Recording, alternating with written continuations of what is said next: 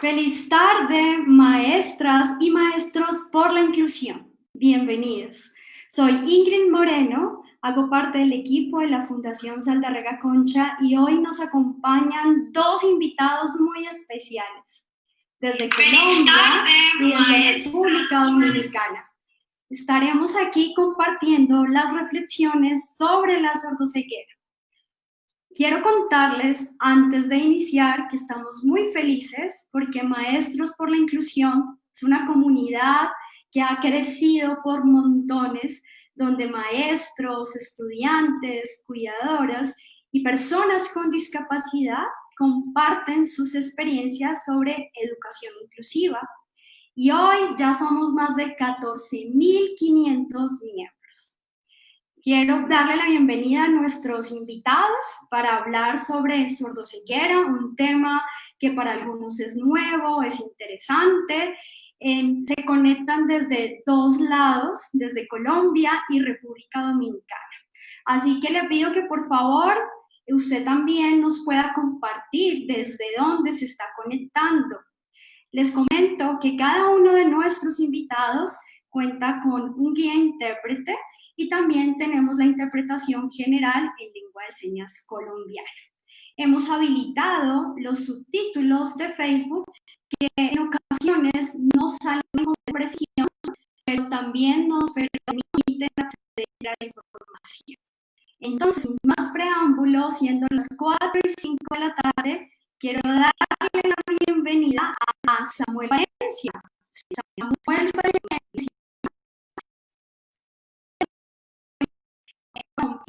es psicólogo y es el presidente de la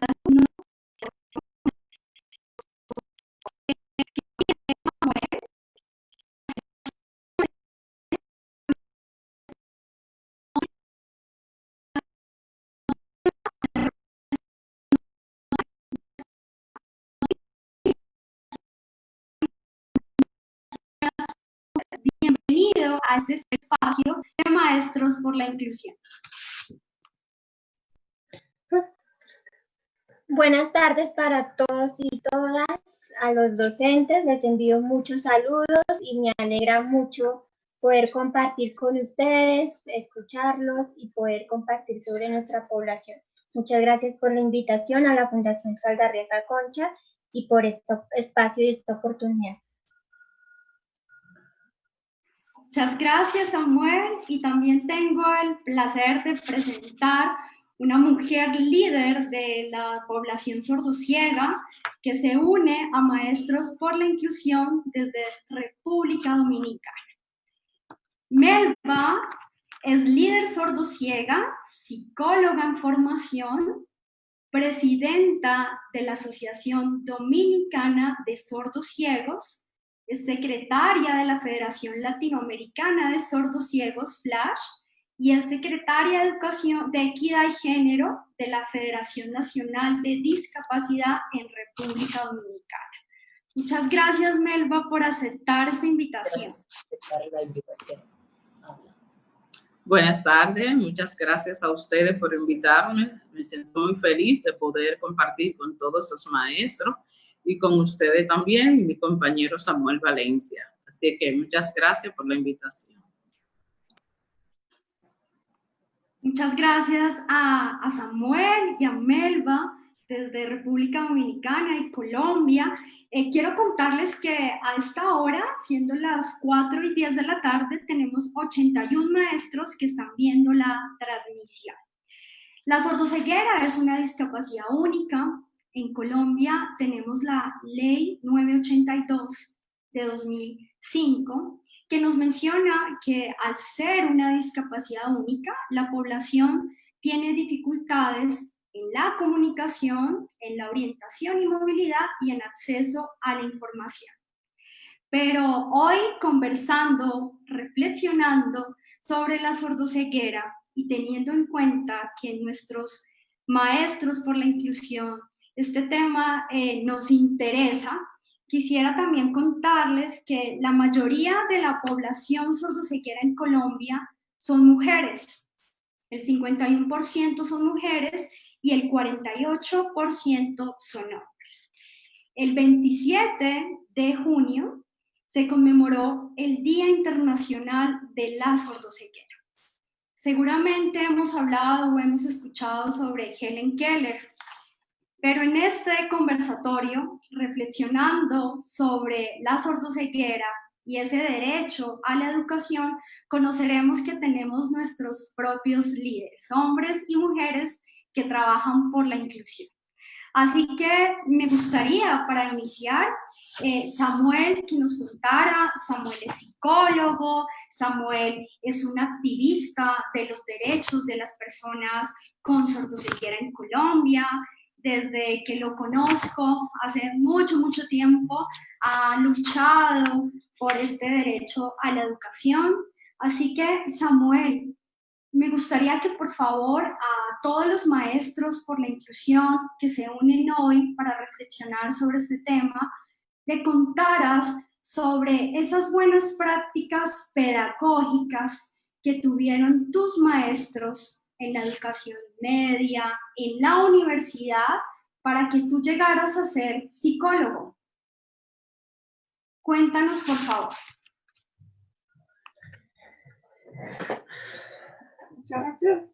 Muchas gracias. Es muy importante contarles sobre que no se pensaba que de pronto incluir en la educación una persona con sordoceguera fuera fácil. Eso era lo que se pensaba antes. Cuando ingresé al colegio,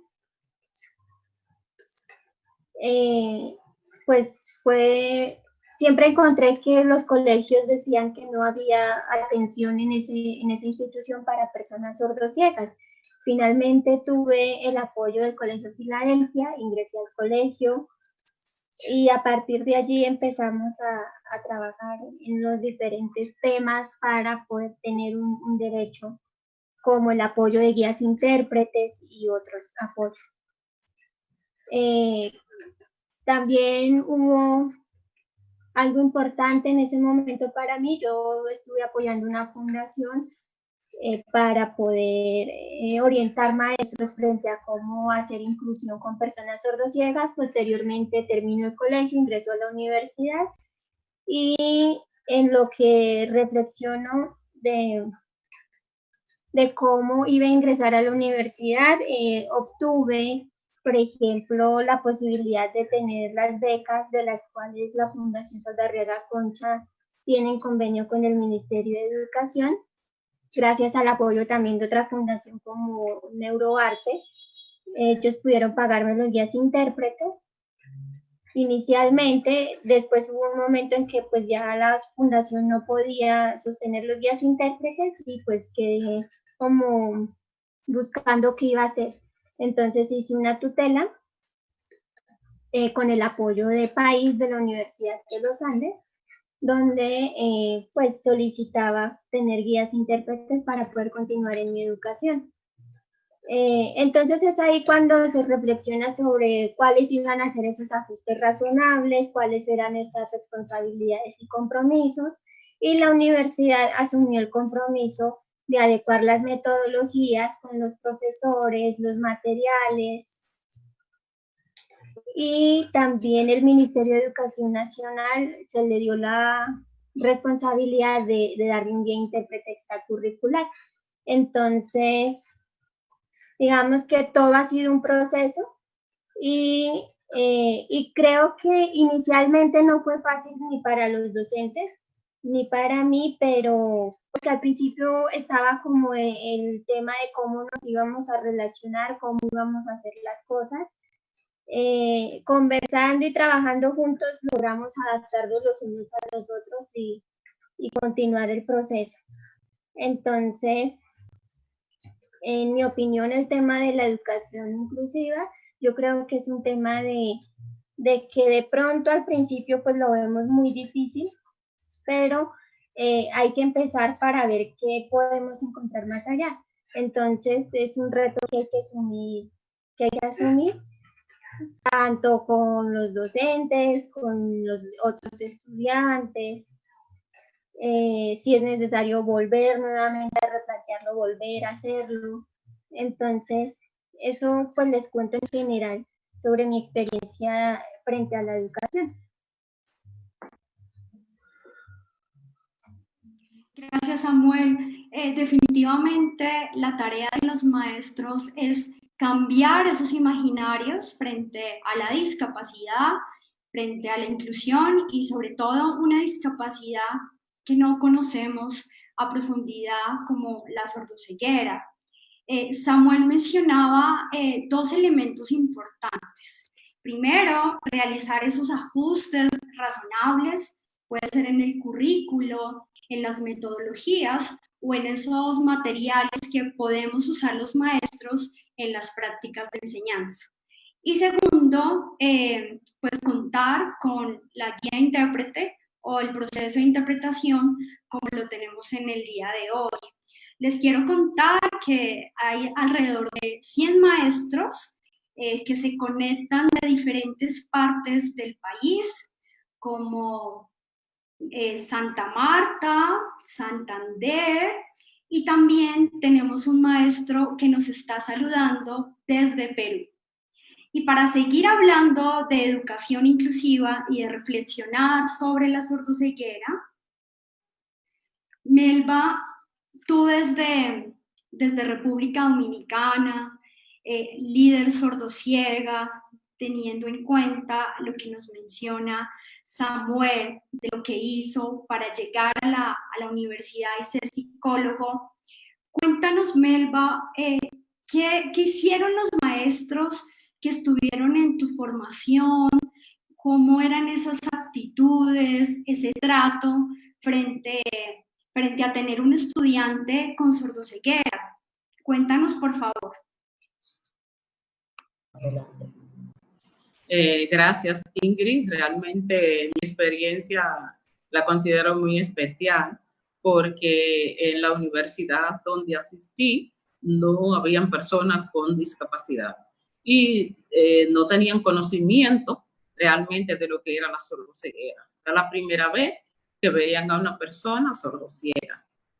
Para poder aceptarme, tenía que ser competente con todo lo que la universidad exigía y decidieron como probar, ver si realmente yo podía estudiar. En este tiempo yo no tenía guía intérprete, inicié la universidad con una amiga que se motivó a estudiar conjuntamente conmigo y ella me servía de guía intérprete. Tenía un recibo visual y auditivo y me daba un poco más de facilidad.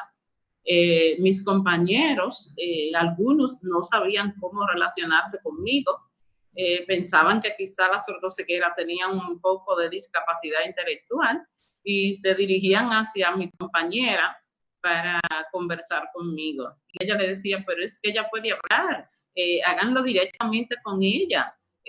Ustedes le hablan y ella le va a contestar. O sea, fue realmente para ellos también una experiencia nueva. Algunos pues nunca se acercaron. Los maestros se quedaban algunas veces un poco impactados viendo cómo yo podía hacer las exposiciones y que sí podía hacer las evaluaciones y decidieron algunos darme la oportunidad de ayudarme y de apoyarme. Claro, hubo otros maestros que realmente no entendían en sus propias opiniones, entendían que para ser psicólogo era muy necesario tener la vista, ya que a través de la vista pues tú puedes interpretar gestos y actitudes de los pacientes y de manera abierta en medio de los compañeros decían que entendían que no, que una persona que tuviera esa discapacidad no podía ser psicólogo. Eso lo entendí como una discriminación. Y lo hacían delante de todos y realmente no me sentía bien. Mi amiga salía en defensa. Los compañeros, como yo cursé 2 años y ellos venían conmigo, pues entendían que sí, porque durante ese tiempo pues realmente había sido competente. Y realmente un poco triste porque esos profesores no entendían el sacrificio y el esfuerzo que yo tenía que hacer, porque no se puede inventar. Cuando tú vas a hacer una exposición en psicología, tú no puedes inventarte las ideas. O sea, te tiene que estar claro en lo que usted está exponiendo y aprendiendo. Pero fue una experiencia para mí nueva porque también yo no había ido a la universidad en esas condiciones. Fue para todos, pero finalmente mi amiga no pudo por un tiempo asistir a la universidad. Yo no contaba con guía intérprete, aquí no existen programas de apoyo, como en el caso de Samuel, pero nada, estamos trabajando precisamente para que las universidades entiendan lo importante, como ahora la educación tiene que ser inclusiva, lo importante de que ellos formen. Inclusive ya hay universidades que están exigiendo que dentro de su personal de labor, de trabajo, pues manejen algún tipo de comunicación como lengua de señas y eso. Pero mi experiencia fue muy especial en la escuela para todos. Gracias.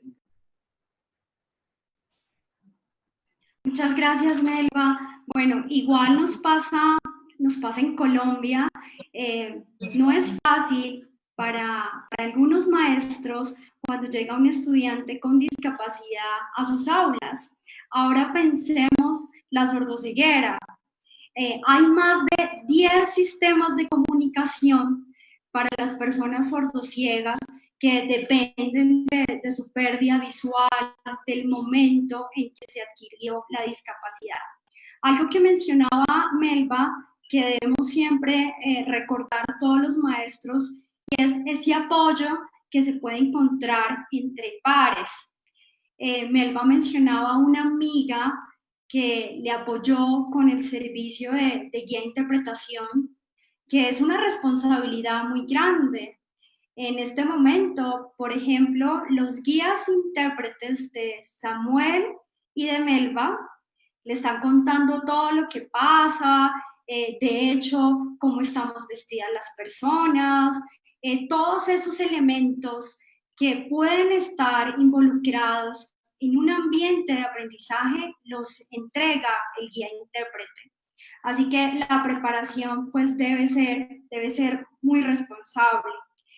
La discriminación, Melba, también viene siendo, digamos, una constante, no solamente de la población con sordoceguera, sino de todas las personas con discapacidad. Y ahí viene la otra pregunta para Samuel, teniendo en cuenta lo que Melba nos contó en su proceso de formación como psicóloga. Samuel, pues además de hacer incidencia, buscar becas como la que tú tuviste con la Fundación Saldarriaga Concha, ¿qué deben hacer las instituciones educativas, Samuel, para facilitar el acceso a todos los estudiantes con sordoceguera? Cuéntanos, por favor.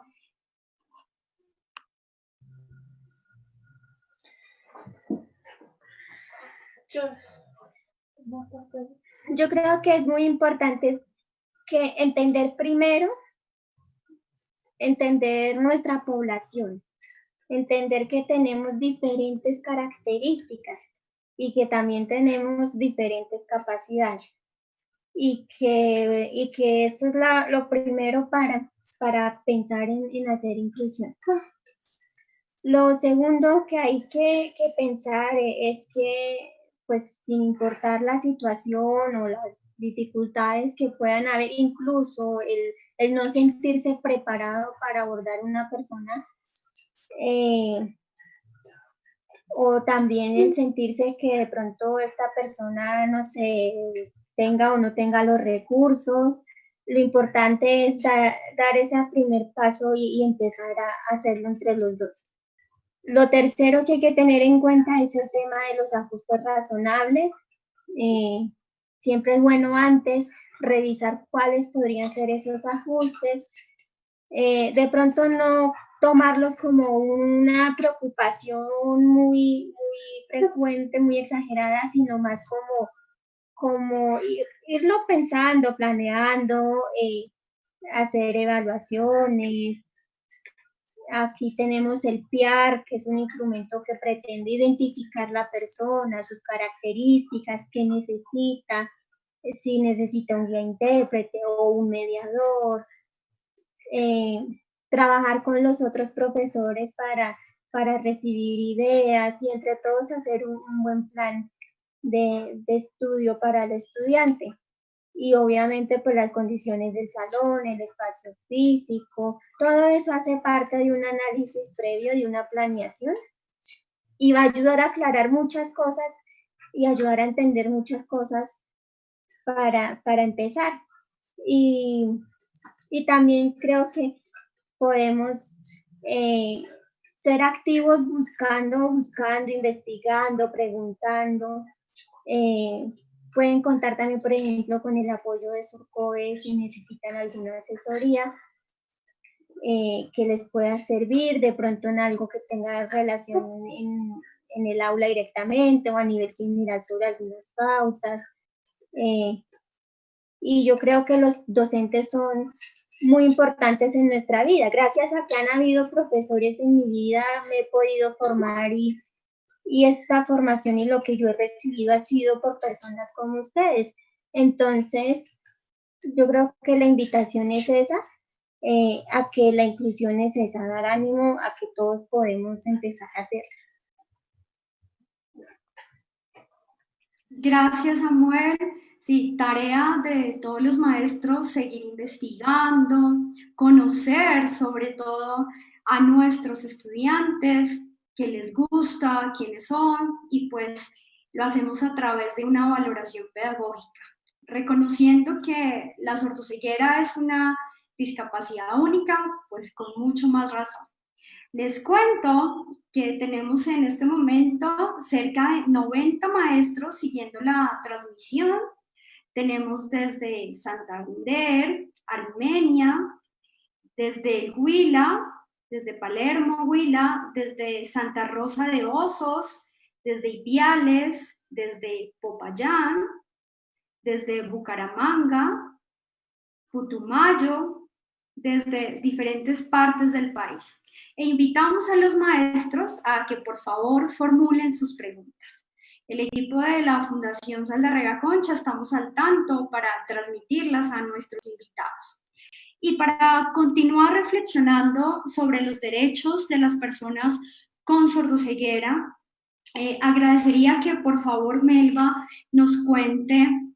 Samuel ya nos explicó qué deberían hacer las instituciones educativas, como por ejemplo la cualificación a maestros, la formulación de ajustes razonables, pero Melba, tú también como psicóloga, por favor cuéntanos ese rol que tienen las familias de los estudiantes con sordoceguera, que son miembros de la Asociación Dominicana de Sordociegos. ¿Cuál ha sido ese papel, ese rol de las familias para garantizar el derecho a la educación de la población con sordoceguera? Escuchamos.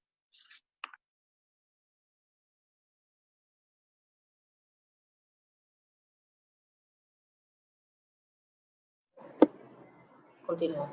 El rol de la familia, de los cuidadores, es servir de apoyo a los maestros en los hogares, trabajando con los niños en sus tareas y en sus compromisos y calendarios que les son asignados, dándole seguimiento al trabajo que están haciendo los maestros en las escuelas con sus niños. Eso es lo más importante. Pienso también que desde la Asociación de Padres, pues deben de unirse a las asociaciones para poder demandar que los derechos por la educación para los niños y niñas sordociegas y los jóvenes, pues realmente se cumplan en el país. Como dice así mismo, tanto la Convención como los derechos de las personas con discapacidad a la educación. Pienso que eso es lo más importante. Muchas gracias, Melba. También el trabajo de la familia o ese vínculo dentro de estos encuentros pedagógicos que hemos tenido cada martes. Tuvimos un encuentro encuentro como este para hablar sobre la familia. La sordoceguera como una discapacidad única, pues también exige esa articulación entre los cuidadores. Y va la siguiente pregunta. Les pido a los maestros que si tienen alguna pregunta también lo puedan hacer. Samuel, ¿qué decirle a una familia que se entera que su hijo es sordociego? ¿Qué decirle sobre ese acceso a la educación?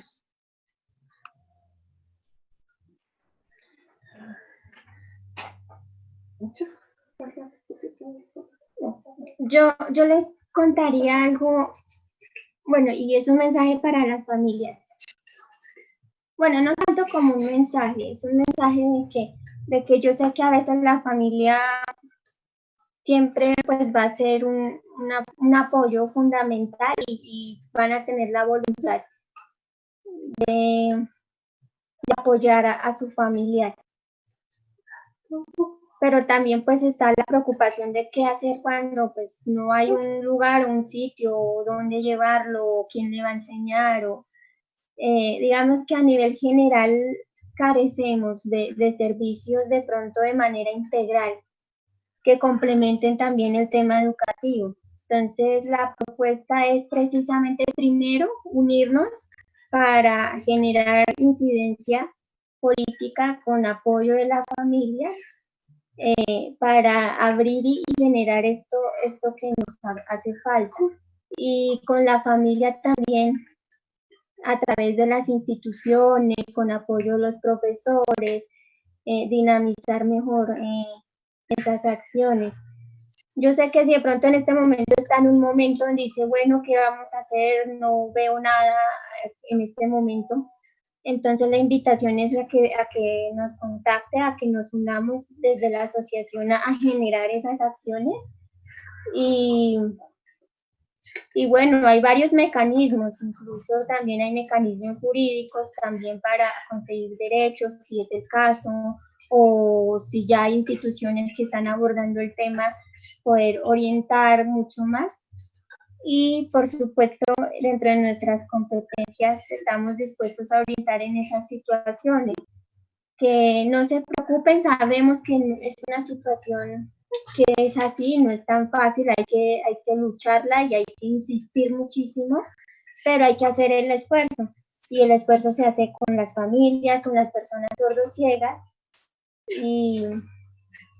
y aunque demoren un poco, porque a veces no vemos como una solución rápida, pues hay que empezar por ahí, el tener que trabajar sobre instituciones, sobre planta de personal, sobre recursos, sobre otras cosas, pero se puede.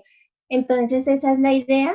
Quizás si no lo tenemos ahorita, es unirnos para abrir esos caminos, y cualquier cosa por mensaje, por correo, vamos a estar muy atentos. Muchas gracias.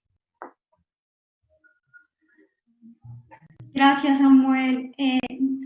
Varias personas están comentando y nos preguntan sobre la tecnología. ¿Cómo es el acceso a la tecnología en el proceso de educación, Melba? ¿Cómo lo han hecho ustedes en República Dominicana? Gracias. Bueno, realmente en República Dominicana nosotros estamos trabajando todavía prácticamente en inicios. Solo existe una escuela de niños sordociegos y no hay un gran desarrollo. Creo que 2 provincias también tienen aulas donde trabajan con niños sordociegos. A nivel de tecnología no he sabido...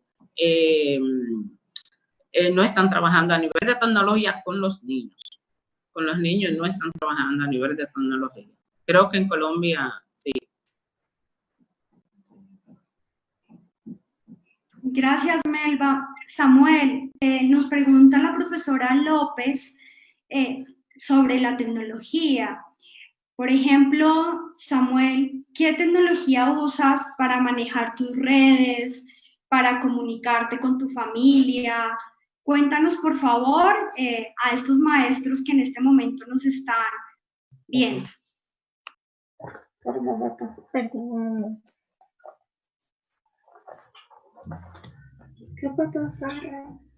Claro, les cuento. De acuerdo a nuestras características, también debe buscarse el dispositivo tecnológico que mejor pues, nos favorezca y podamos usar. En mi caso, yo soy sordociego total y para poder usar el celular utilizo una línea braille, también para usar el computador. Y el computador debe tener instalado el JAWS para que funcione la línea braille. El celular también se puede conectar y se conecta por Bluetooth. Yo tengo 3 líneas braille, una para usar el computador, que es un poco más fuerte y es un poco más pesada, una mediana, que es la que más utilizo para todo, y una pequeñita que la utilizo es para cuando necesito salir por urgencia y de pronto necesite comunicación. Con el celular esto nos permite utilizar todo lo que tenga un celular, hasta traductores de idiomas, conocer cuánta batería tiene, todas las aplicaciones, leer. Y lo bueno es que así como cualquier persona se lleva su celular a la cama o a cualquier otro lado a ver qué hay, también esto nos permite llegar a esos niveles. Sin embargo, es importante tener en cuenta que la tecnología nos da la posibilidad de conectarnos con las personas, de relacionarnos. Entonces les voy a mostrar, por ejemplo, cuál es mi línea braille. Esta es una línea braille que se llama Focus 40. En la parte de arriba unos botones azules son como un teclado y se usa como un teclado, pero con un teclado en braille. Y en la parte de abajo son las celdillas en braille. Hay que tener en cuenta que las líneas braille no son para todas las personas sordociegas. Podría un buen porcentaje utilizarlas. Es bueno con cada persona sordociega, según también si tiene algún resto visual o auditivo, las características personales, ver otros dispositivos que le puedan servir y ser más funcionales. Y voy a ponerles un ejemplo. Yo tengo un dispositivo que es un escáner de texto que captura la imagen en tinta, la traduce en un texto para poder leerlo. Para poder tener esta tecnología, yo la conseguí a través de un proceso de tutela y reconozco que la tecnología también nos da a nosotros mucha fortaleza en nuestras cosas que hacemos. Hoy en día yo puedo tener la posibilidad de ver el Facebook, incluso hace descripciones generales, por ejemplo dice hay 6 personas, son mujeres, están sonriendo, o están sentados, hacen descripciones generales. También en Instagram o Twitter o el correo, es decir, se puede usar cualquier aplicación que tenga el celular. Y uno de los celulares favoritos para poder usar lo que me gusta es el iPhone. Y me gusta mucho por su forma en que se utiliza, ¿no? Pero se podría hacer con otros también.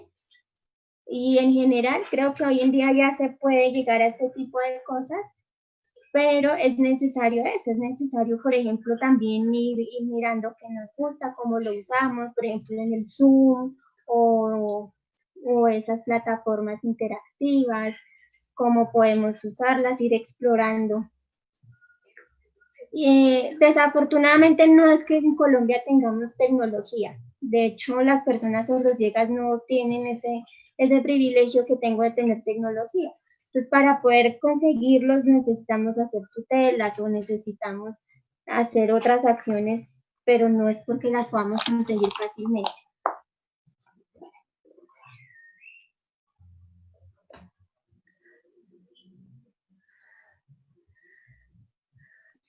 Gracias, Samuel. Estoy viendo los comentarios de las 94 personas que nos están viendo. La línea braille es uno de los dispositivos que permiten el acceso a la información. Cuando iniciábamos este encuentro, les contaba que la ley 982 de 2005 menciona que las personas con sordoceguera tienen dificultades en la comunicación, en la orientación y movilidad y en el acceso a la información. Pero como lo conversábamos hace 8 días, las tecnologías son una gran aliada para ese proceso de educación inclusiva y acceder a la información. Hay una pregunta del maestro Leonardo Prías.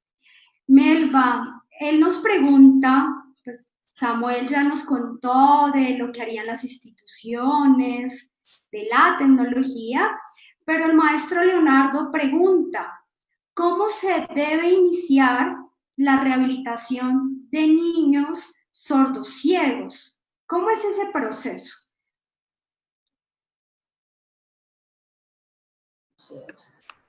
Bueno, muchas gracias, profesor Leonardo, por la pregunta. Quiero decirle que ASO, la Asociación Dominicana de Sordociegos, es una institución que trabaja con personas adultas. Sí, sordociegos a partir de los 18 años. Realmente para trabajar con niños es necesario tener un personal técnico profesional y eso lo hacen aquí desde las escuelas. Entonces, nosotros aquí no trabajamos con niños, sino con sordociegos adultos. Gracias, Melba. Adultos. Samuel, cuéntanos en Colombia, digamos que Melba nos presenta un panorama de República Dominicana de trabajar con la sordoceguera pues ya en la edad adulta. Samuel, en Colombia, ¿cómo se trabaja con los niños y niñas con sordoceguera? También nos pregunta un maestro si hay algún programa o algo específico para atender a esta población.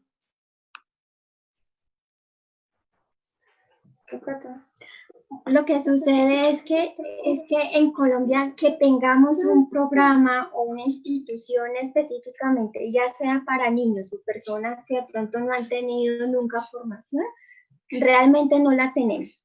Entonces, lo que tenemos hoy en día es que hay algunas fundaciones, instituciones que pues de manera independiente asumen algunos procesos como pueden. Entonces, digamos que esa es una de las tareas también que hay que hacer y nos hemos dado cuenta que creo que el camino más fácil que tenemos es el de acciones de tutela para poder entender que los niños o las personas que no han tenido procesos de formación puedan de verdad tener un apoyo como un mediador, como lo tuvo Helen Keller con su profesora Ana, que fue su mediadora, quien le proporcionó todo para que pudiera tener desarrollo en la vida. En nuestra ley tenemos un tema que es el tema de promoción y prevención de la discapacidad, pero se queda corto a la hora de poder defender y poder dar como algo claro de qué hacer, por ejemplo, en estos casos. Y hay que entender que, por ejemplo, estos procesos con niños o con personas que no han tenido procesos de formación deben ser procesos pues diferentes a los de los adultos como yo. Entonces, de hecho, les cuento algo muy interesante. Este jueves tenemos también un webinar con una institución que trabaja con niños en Chile y los invito a que conozcan porque realmente necesitamos, o sea, es un derecho y tenemos que trabajar porque se cumpla ese derecho con los niños y con los jóvenes que necesitan este proceso. Entonces, sí es una tarea que ha estado atrasada y que necesitamos buscar la forma en que haya atención temprana a los niños con sordoceguera y que se reconozca el derecho a tener profesionales como los mediadores para que de verdad puedan tener la posibilidad de desarrollar muchas cosas. En este momento, por ejemplo, ¿qué casos más cercanos tenemos? En Medellín hay una persona que está haciendo un proceso de mediación, pero no lo está haciendo de manera formal. Sin embargo, él se llama Luis David Sin embargo, es una persona que ha estado muy comprometida a asumirlo y a trabajarlo a pesar de todo, y que creemos que pues esa también es como la actitud de trabajar sobre estos temas que tenemos, que no son fáciles. Gracias, Samuel. Y esa era una de las preguntas. Por ejemplo, la maestra Xiona Isabel Parra preguntaba cómo está Colombia respecto a la formación de maestros y la educación inclusiva. Y en este encuentro de reflexión es cuando todos pues debemos seguir cualificándonos. En primera infancia, por ejemplo, se trabaja muy de la mano con la familia y se trabaja con mediadores. Algunos colegios de Bogotá tienen mediadores para acompañar a esos niños sordociegos. Y Melba, tú desde República Dominicana, por favor, cuéntanos, la pregunta es de la maestra Joana hasta Isa. Ella nos pregunta, ¿cuál es el tiempo necesario o adecuado para manejar estrategias relacionadas con sordoceguera? ¿Cómo lo hacen en República Dominicana, Melba? Una persona que quiera conocer de sordoceguera o también que esté en el proceso de educación inclusiva. Cuéntanos. Gracias. Bueno, República Dominicana, desde aquí, desde la asociación, va a depender de la característica de cada persona. Hay algunas personas que quieren la sordoceguera en edad adulta, otros han adquirido una de las discapacidades, quizá en la niñez o han nacido con ella, y se abordan de diferentes maneras. Hay algunas personas que no han tenido acceso a la educación, tienen un sistema de comunicación personal, vamos a decir, que no es el sistema de lengua conocido, que pueden manejarse con otras personas, sino que se desenvuelven en su familia. O sea que el tiempo va a depender. Aquí nosotros ofrecemos servicios de rehabilitación, que son orientación y movilidad. Por ejemplo, damos cursos de lengua de señas, porque algunas veces esa es la lengua, es la que más se maneja en este país. También nosotros damos, por ejemplo, los cursos de braille. Le damos algunos cursos, dependiendo, porque ya son personas adultas, para que puedan emprender por su falta de educación, pues ellos emprenden, algunos emprenden trabajo junto con sus familiares, emprenden algún tipo de negocio para ser productivos. Algunos ya son padres de familia que lo adquieren en la vida adulta, ya que el tiempo va a depender de la característica que presenten, pero ya hay muchos de ellos que están rehabilitados y están integrados de manera activa aquí en la asociación. Entiendo que en los niños será igual, porque como las características son diferentes, entiendo que de esa manera va a depender. Muchas veces no tienen acceso por la dificultad de que las familias no brindan el apoyo necesario para que los niños puedan asistir a la escuela. Algunos viven distantes, pero realmente dentro de lo que es la asociación, nosotros trabajamos la rehabilitación de esa manera. Todo va a depender de la necesidad que tenga la persona sordociega. Muchas gracias, Melba. De ahí la importancia de conocer a la persona sordociega, conocer el momento en que adquirió la discapacidad, el residuo visual, auditiva, el sistema de comunicación que escoja la persona sordociega. Por ejemplo, recuerdo hace muchos años cuando conocí a Samuel, cuando empezó la adaptación a este sistema de comunicación mano sobre mano que estamos viendo en este momento. También recuerdo muchos sordociegos que se comunican con la escritura en la palma de la mano, lengua amplificada, como es el caso de Melba. En primera infancia, claro que sí, el reto es muy importante. Nos mencionaba la maestra Gómez que cuando no se ha enseñado desde la infancia, la adaptación es difícil. Y creo que la adaptación sería difícil o compleja para cualquier niño con o sin discapacidad, más si pues quiere comunicarse. Ya estamos aquí ya terminando, estoy revisando las preguntas y hay una pregunta de una maestra, Diana Jennifer Acosta, es una pregunta para Samuel. Teniendo en cuenta que en el mundo estamos cuidándonos desde casa, Samuel, ¿qué apoyos son importantes que deben tener en cuenta los maestros en este momento desde casa para trabajar con sus estudiantes, niños y jóvenes sordociegos? ¿Qué debe tener en cuenta el maestro desde casa?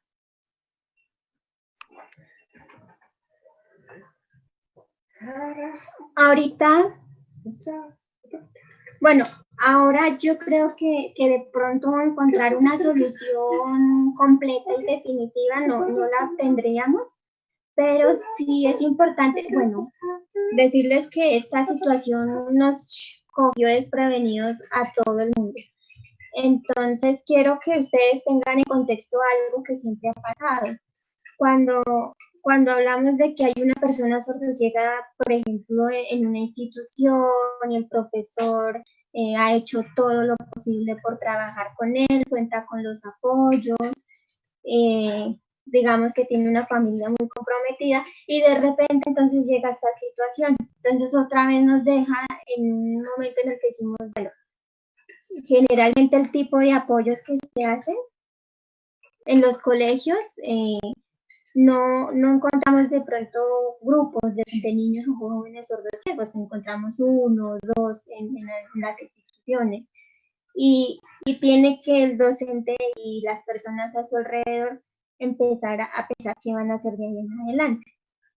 Entonces, es importante saber que es una situación que nos coge a todos desprevenidos y que nos trae a esa reflexión de qué va a pasar, qué está pasando con estos estudiantes que están en las instituciones y que esta situación nos revela que lo que estamos haciendo de pronto no ha sido, o de pronto debe cambiarse, de pronto nos falta algo, o de pronto tiene que replanearse de otra manera. Entonces, esa fue la situación que nos ha ocurrido con la población. ¿Y qué situaciones específicamente? En los sitios donde habían mediadores contratados, algunos sitios le retiraron o suspendieron los contratos de los mediadores, entonces quedó el docente solo pensando qué iba a hacer. O en el caso de la necesidad de que las personas que están alrededor de las personas sordociegas se formen para poder tener nociones de qué proponer frente a la situación. Una de las cosas más difíciles ahorita es que todo se empezó a volver virtual, entonces entrar a la virtualidad es un tema bastante profundo. Y desde el seguimiento que hacemos al Ministerio de Educación, de que nos esté reportando dónde está y cuánta población hay en las instituciones, es que nos damos cuenta que no todos cuentan con los apoyos y en los pocos casos donde han tenido apoyo se los han interrumpido. Entonces yo creo que hay que saber estructurar, por ejemplo, el tipo de apoyo, hasta dónde se debe suspender, cómo va a seguir trabajando ese apoyo.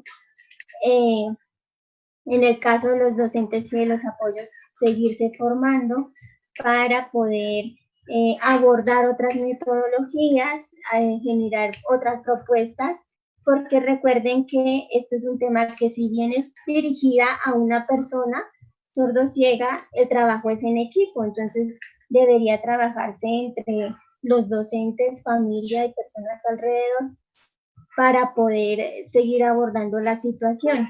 No es fácil y a algunos docentes les ha tocado hacer un esfuerzo grande y creo que la invitación es a eso, a pensarnos en las estrategias y cambios en esos currículos y en esas metodologías que permitan abordar desde la casa y que sigamos teniendo la posibilidad pues de guardar las personas del virus y también de combinar metodologías donde quizás en algún momento sea necesario, obviamente, el contacto directo con el profesional que está ahí de frente al caso. Entonces, esas son como las recomendaciones. Gracias, Samuel. En este momento, 102 personas están viendo este encuentro titulado Reflexiones sobre los derechos de las personas con sordoceguera.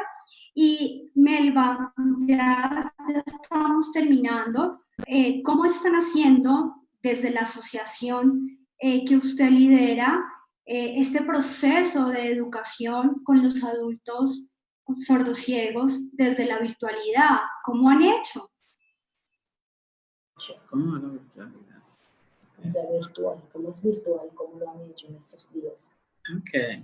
Bueno, realmente en este tiempo ahora de pandemia hemos estado en nuestro país con toque de queda, no en estado de, exactamente el estado de emergencia, justamente hoy es que termina, y algunos no tienen precisamente por la sordoceguera el acceso así virtual para nosotros abordarlo, pero sí lo hacemos por medio de los teléfonos con las familias. Hemos estado anteriormente al inicio, pues con el tema del COVID, pues les dimos una charla para que ellos aprendieran la importancia del cuidado.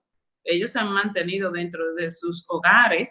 Le hemos facilitado el kit de protección. Algunos hemos ayudado con raciones alimenticias y esas cosas, porque en este tiempo ahora mismo no se está trabajando, pero sí permanentemente estamos dándole charlas, estamos sobre derecho, estamos ayudando el rol de la familia, con psicólogos apoyando a los familiares, siempre dependiendo de sus necesidades. Si necesitan algún curso tecnológico, también les facilitamos. Ellos están muy activos trabajando. Nosotros también estamos difundiendo para dar a conocer la sordoceguera a través de charlas, sensibilizando a los jóvenes, trabajando en las escuelas para que los maestros, los orientadores, los psicólogos tengan conocimiento, preparándose personal, hablando sobre los derechos que tienen las personas sordociegas, dándole a conocer el número que tenemos de jóvenes, de niños,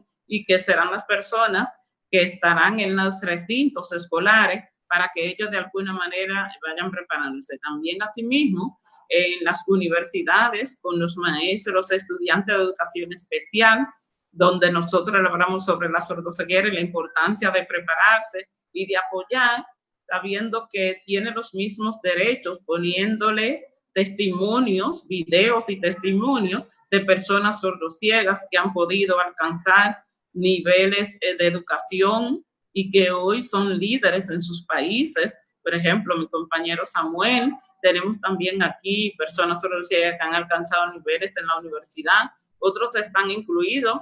El que fue presidente fundador de esta asociación actualmente es maestro en su provincia, es comunicador social. Entonces, a través de estos ejemplos, nosotros trabajamos sensibilizando para que ellos puedan darse cuenta que vale la pena trabajar a pesar de lo difícil. Lo que hay que tener es buena voluntad. Aprovecha la oportunidad para que llegar a esos maestros y decirles que lo que hace falta es voluntad y que realmente puedan apoyar desde sus países a las organizaciones y a las personas sordociegas. Así que muchas gracias. Gracias, Melba. Definitivamente, pues vale la pena ser un maestro por la inclusión, aunque a veces es difícil o el escenario pues es desconocido, ya sabemos que para profundizar del tema podemos buscarlos a ustedes, a Samuel desde la Asociación Colombiana de Sordociegos Surcoe, a Melba desde la Asociación Dominicana de Sordociegos. Pueden buscarlo aquí en las redes sociales, en Instagram los encuentran, perdón, como Sordociegos RD, a Surcoe como Surcoe ESC. Samuel, ya para terminar, ya es la última pregunta y también la última pregunta para Melba. La maestra Blanca Osa, desde Medellín, dice, los felicito por su ejemplo de vida. ¿Y quién incidió en su práctica pedagógica?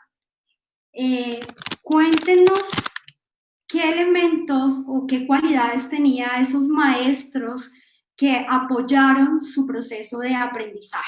Te escuchamos, Samuel.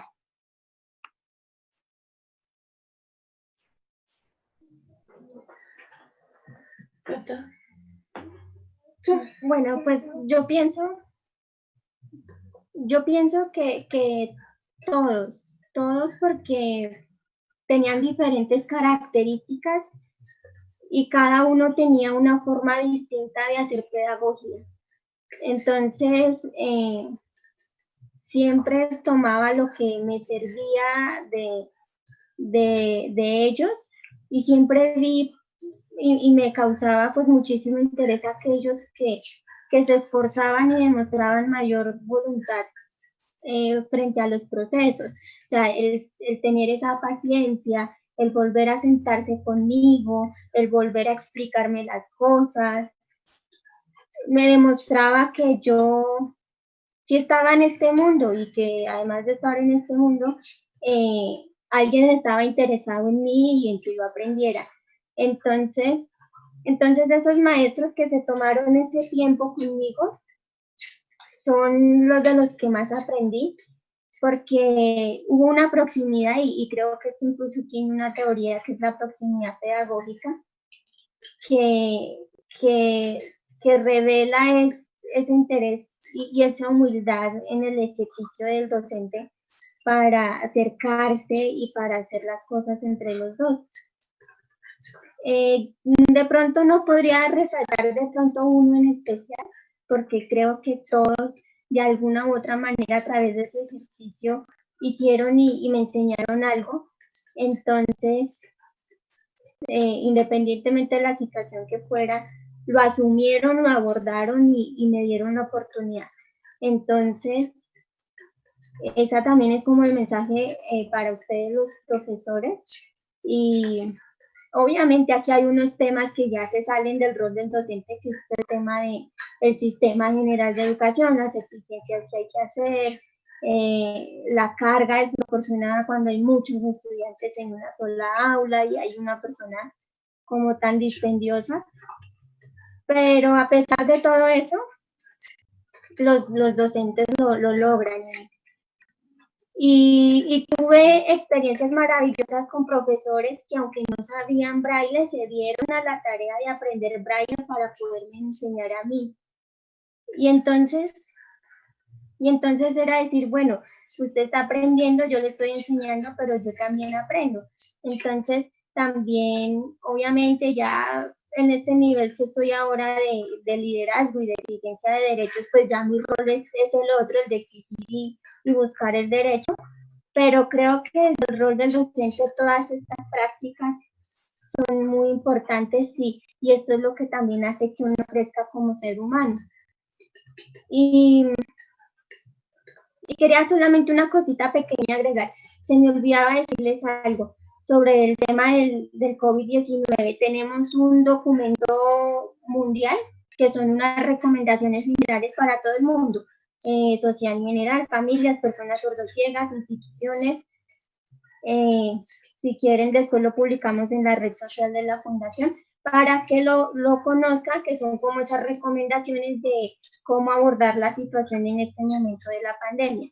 Entonces, es material que creo que les va a servir a ustedes y también tenemos un tema de un informe y allí pues nos relata cómo estamos en términos de educación de las personas sordociegas. Y creo que todos estos materiales nos van a servir a todos para también orientarnos frente a cómo está todo. Muchísimas gracias. Bueno, Samuel nos va a compartir ese documento para que todos los maestros podamos pues profundizar cómo debemos atender a nuestros estudiantes desde casa. Melba, la misma pregunta, ¿qué cualidades tenía ese maestro que aportó a tu formación como psicóloga, que creyó en los procesos de educación inclusiva? Educación inclusiva. Gracias. Bueno, los maestros realmente, la gran mayoría, se mostraron muy positivos, viendo que era como una oportunidad era una experiencia nueva, el tener una persona sordociega en el aula. Pero creo que una de las cosas que me ayudó al apoyo que ellos me brindaron era ver mi disposición. Yo entendía que tenía que ser competente como los demás, que porque era una persona sordociega no podía darme el lujo de mantenerme ni aislada ni ajena a todo. Hacía mis exposiciones, por más exigentes que fueran, siempre con mi amiga, hacía las exposiciones, hacíamos los trabajos y era una persona que tenía una asistencia regular y pienso que eso me ayudó. Claro, muchos de ellos, inclusive luego de haber salido de la universidad, algunos me decían que volviera a la universidad, que era un ejemplo para todos y sí, muy buena aceptación de la gran mayoría de ellos. Me apoyaban si tenían que repetir algo, si tenía que alguien ayudarme en algún momento de mis exposiciones o de mi trabajo. Trataba de no retrasarme en las entregas de los trabajos y eso me ayudó bastante a que los profesores pues en todo tiempo estuvieran apoyándome. Muchas gracias, Melba. Estoy leyendo los mensajes de los maestros. La maestra Teresa dice, felicitaciones, perdón, creo que es una mamá, nos dice muchas gracias por visibilizar a las personas sordociegas. Ustedes son solamente la representación de toda la población que tenemos en el país, que puede que aún no ha sido identificada, que requiere acompañamiento, que requieren maestros que se quieran arriesgar por esos procesos de educación inclusiva. Nos saludan desde Santander, desde Huila. Yesenia Barreto está poniendo las redes de Surcoa y en este momento estoy poniendo las redes de la Asociación Dominicana de Sordociegos. Pues para terminar, ya siendo las 5:05 de la tarde, mil gracias. Para nosotros desde la Fundación Saldarriaga Concha es un tema crucial trabajar por las personas sordociegas, pero visibilizarlas también por toda la población con discapacidad, que ustedes siempre sean los protagonistas. Y los maestros siempre vamos a tener a nuestros mejores maestros en el aula. Quiero finalmente invitarlos a todos los maestros que nos están viendo a presentarse, a postularse en la convocatoria Mi Experiencia Cuenta. Es una convocatoria que quiere reconocer las transformaciones que han hecho los maestros y las maestras desde casa para atender a todos sus estudiantes con y sin discapacidad. Así que bienvenidos todos, se llama Mi Experiencia Cuenta y vamos a dejar el enlace. Así que mil gracias por estar aquí hoy en Maestros por la Inclusión, próximamente con otro encuentro pedagógico como este. Mil gracias a Samuel en Colombia y a Melba en República Dominicana. Un abrazo inmenso. Mis gracias. Mil gracias. ¿Quieren decir algo? Melba, ¿quieres decir algo a los maestros de Colombia?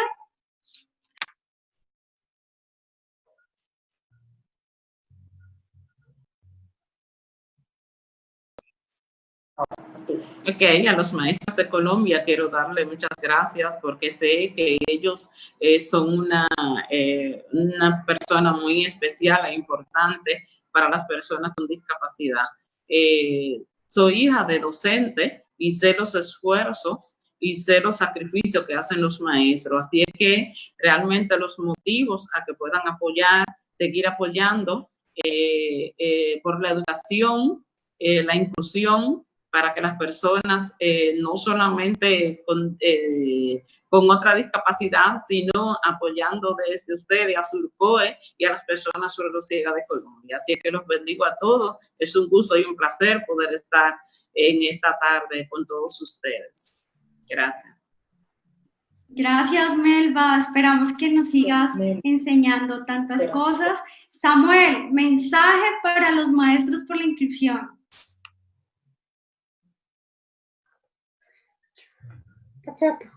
Bueno, yo quiero decirles que me siento un poco triste que nos haya llegado esta pandemia, porque bueno, eso es como revelarnos las situaciones difíciles, pero yo sé que hay personas en medio de esas situaciones como los maestros, que además de que les va a tocar y les toca un trabajo más duro con esta situación, con todo el esfuerzo y valentía que siempre tienen, lo han hecho. Y quiero decirles que todos en alguna medida tenemos que hacer esfuerzos y nosotros como estudiantes y personas con discapacidad hacemos nuestros esfuerzos y ustedes hacen sus esfuerzos, entonces yo creo que es un esfuerzo entre todos y que ustedes son importantes en nuestra vida y que sepan que este esfuerzo es de todos, entonces es importante seguir en esas acciones y también seguir incidiendo ante las instituciones, ante el Estado y ante los que deciden las cosas. Y yo les envío un fuerte abrazo con muchas bendiciones. Y los dejo entonces con la frase de Helen Keller, que las cosas más bellas de la vida no se pueden ver ni escuchar, sino sentir con el corazón. Gracias, Samuel, por esa frase tan bonita que también nos mueve fibras como maestros. Pues aquí les están mandando muchos abrazos, les dicen que muchas gracias, que fue un encuentro maravilloso. Los saluda Omar Antonio, una persona sordociega desde Perú. Omar Antonio Vilches. Entonces, pues nada, nos están agradeciendo. Cerca de 100 maestros estuvieron en esta transmisión. Mil gracias y pues nada, los invitamos a seguir nuestras redes sociales, a ser parte de Maestros por la Inclusión y ojalá que puedan presentarse a Mi Experiencia Cuenta. Hasta la próxima, mil gracias.